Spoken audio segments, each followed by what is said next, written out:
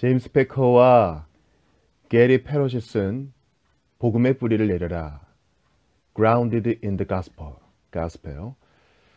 그 중에서 3장에 나와 있는, 즉 교리 교육의 황금기를 경험하라. 이 3장에 나와 있는 교리학습 과정에 대해서 여러분과 좀 나눠보고 싶습니다.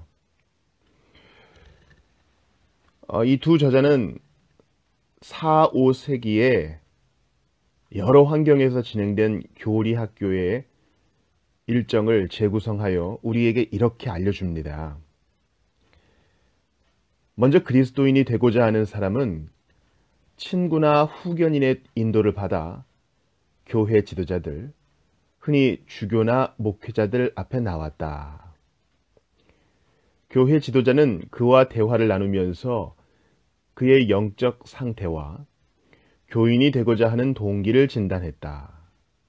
후견인은 그를 대신해 그의 진실성과 의지를 증언했다.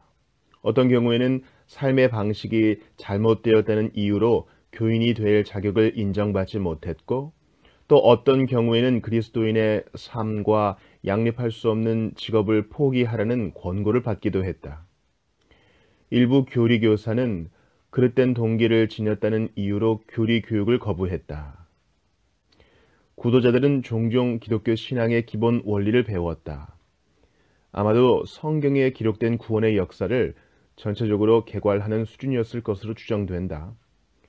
그 후 관련된 당사자들의 합의 아래 구도자는 교리 학습자의 신분이 되었다. 21세기 한국 사회를 사는 그리스도인이 아마 이런 얘기를 들으면 이게 뭐야 하고 생각할 겁니다. 왜냐하면 교회는 많고 내가 선택해서 갈 수 있는 것으로 여겨지고 있기 때문이죠. 그런데 이 4, 5세기의 상황을 보면은 철저한 검증과 또 교회 지도자들의 이 상담, 확인의 작업이 있었다는 것입니다. 그래야 교리 학습자로서 시작할 수 있다는 것이죠. 또한 잘못된 직업을 가지고 있는 자, 잘못된 동기를 가지고 있는 자 심사했다는 사실이 우리에게 좀 새로운 도전을 줍니다. 계속 보시죠. 교리학습자는 말씀을 듣는 자의 신분으로 매주 신자들과 함께 예배를 드렸고 성도의 교제와 가르침에 참여했다. 어떤 경우에는 교리학습자를 이미 신자로 간주하기도 했지만 예외가 있었던 거예요. 그렇다고 그를 충실한 신자의 범주에 포함시키지는 않았다. 교회의 예제는 대개 두 부분, 말씀의 전례와 성만찬의 전례로 나뉘었다.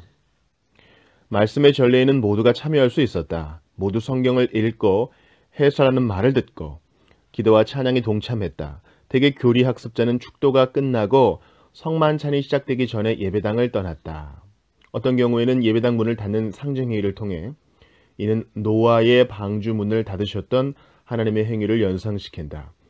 교리학습자에게 아직은 구원받은 신자들의 대열에 합류하지 못했다는 사실을 일깨워 주기도 했다. 성만찬은 세례를 받은 사람들만 참여할 수 있었다. 그러니까 이보다 이른 시기에는 이 말씀의 전례, 성만찬의 전례가 아침과 저녁으로 나뉘어지기도 했지만 이 4, 5세기는 이제 기독교 공인 이후에 이제 시기지 않습니까? 이때는 아마 이 두 전례가 합쳐졌던 것 같아요. 이때 이제 사람들은 다 좀 성만찬을 받게 해주지 교리학습자는 이렇게 쫓아낼 필요가 있는가 이런 생각을 합니다. 그렇게 되면 우리가 이제 교회의 순결, 교회의 깨끗함을 유지하는 거, 또 우리 주님께서 신약성경의 말씀에 놓으신, 또 사도를 통해 말씀에 놓으신 이 주의 몸을 분별하지 못하고 받는 이 죄에 대해서 얼마나 우리가 멀어져 있는지, 얼마나 그것을 이해하는 데에서 멀어져 있는지 돌아보게 됩니다. 이러한 4, 5세기에는 이랬다는 것입니다.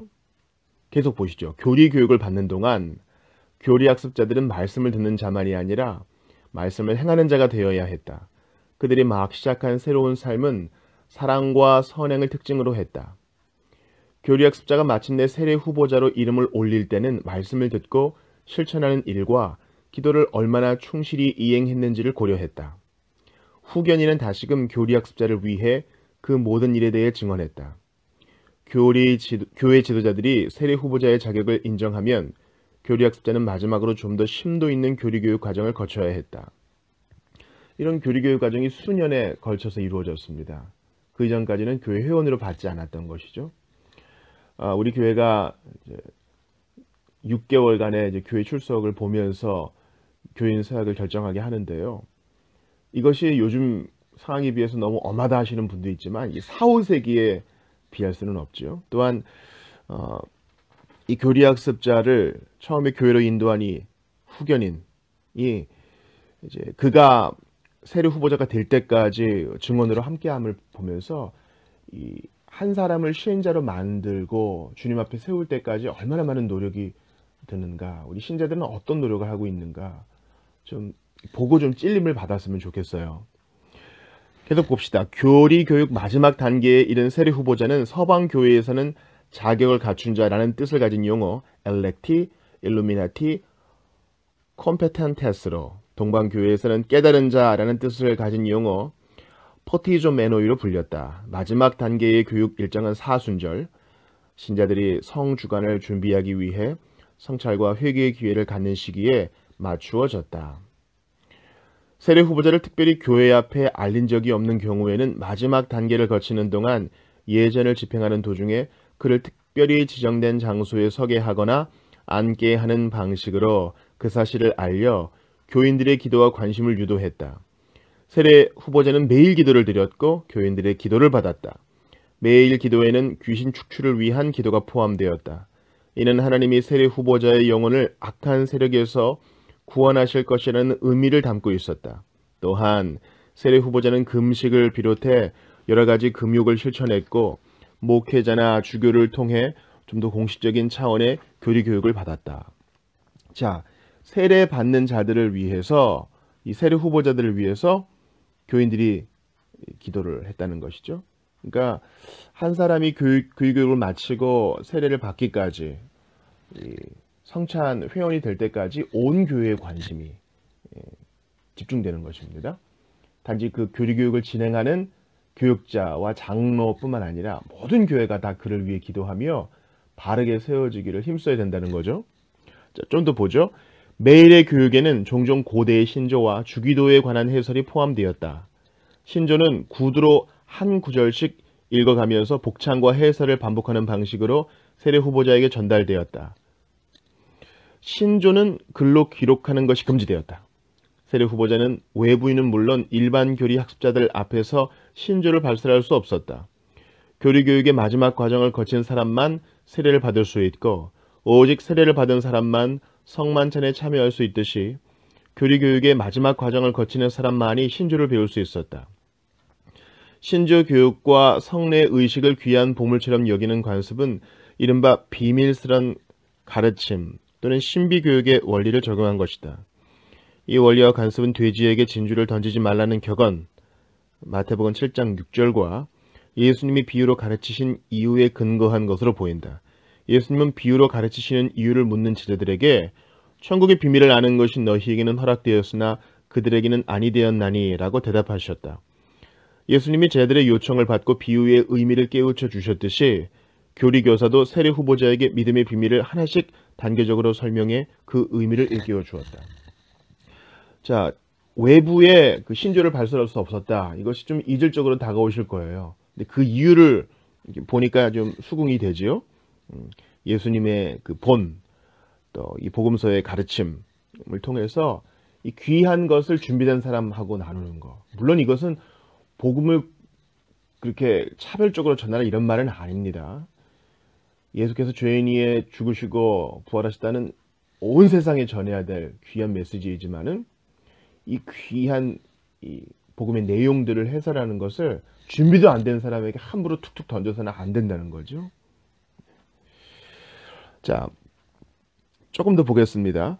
때로 세례가 주어지기 하루나 며칠 전에 세례 후보자는 신조를 외워 암송하면서 여러 날 동안 그 의미를 묵상하는 과정을 거침으로써 믿음을 고백했다. 이는 신조의 수락 단계에 해당했다. 아우구스티누스가 회심하게 된 이유도 부분적으로는 빅토리아누스, 아우구스티누스와 마찬가지로 아프리카 출신의 저명한 수사학자다. 빅토리아누스의 신앙 고백을 듣게 된 데에 있었다. 아우구스티누스는 당시의 이를 참회록에서 이렇게 언급했다. 로마에서 주님의 은혜를 사모하는 이들은 높은 단상 위에 올라가 충실한 신자들이 보는 앞에서 일정한 형식을 갖춘 말을 암송함으로써 믿음을 고백합니다.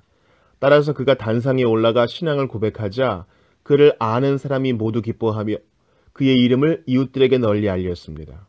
그를 알지 못하는 사람이 한 사람이라도 있을 가능성은 없었습니다. 온 회중이 크게 기뻐하며 숨죽인 목소리로 빅토리아누스를 중얼거렸습니다. 그들은 그를 보자 선한 기쁨을 표현했고 즉시 숨을 죽인 채 그가 말하기를 기다렸습니다. 그는 확신이 넘치는 태도로 참 신앙을 고백했고 모두 기뻐하며 양손으로 그를 붙잡아 가슴에 꼭 끌어 안았습니다. 이러한 교리교육, 4, 5세기의 교리학습 과정의 예가 참회록에 나오는 것이죠. 아우구스티누스가 빅토리아누스의 이 회심과 또 그가 공중 앞에서 신앙 고백을 한 것을 참회록에 기록하고 있습니다.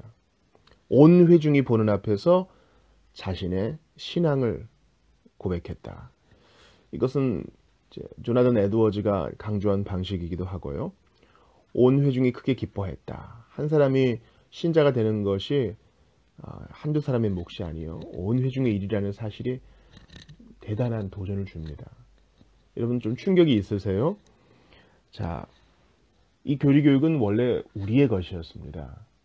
누구나 아무리 짧은 복음을 듣고도 회심하면 하나님의 사람이 됩니다. 그러나 시대가 악하고 많은 사람이 잘못된 교육에 물들어 있으며 또한 많은 자들이 복음을 곡해하는 이 때에 바른 신자를 세우기 위해서 그가 세례받기까지 온 교회가 합심하여 그를 바른 사람으로 세우는데 힘쓴다면은 한국 교회는 보다 질적으로 성숙하며 또 다른 기회를 맞이할 수 있을 것입니다. 회복될 수 있을 것입니다.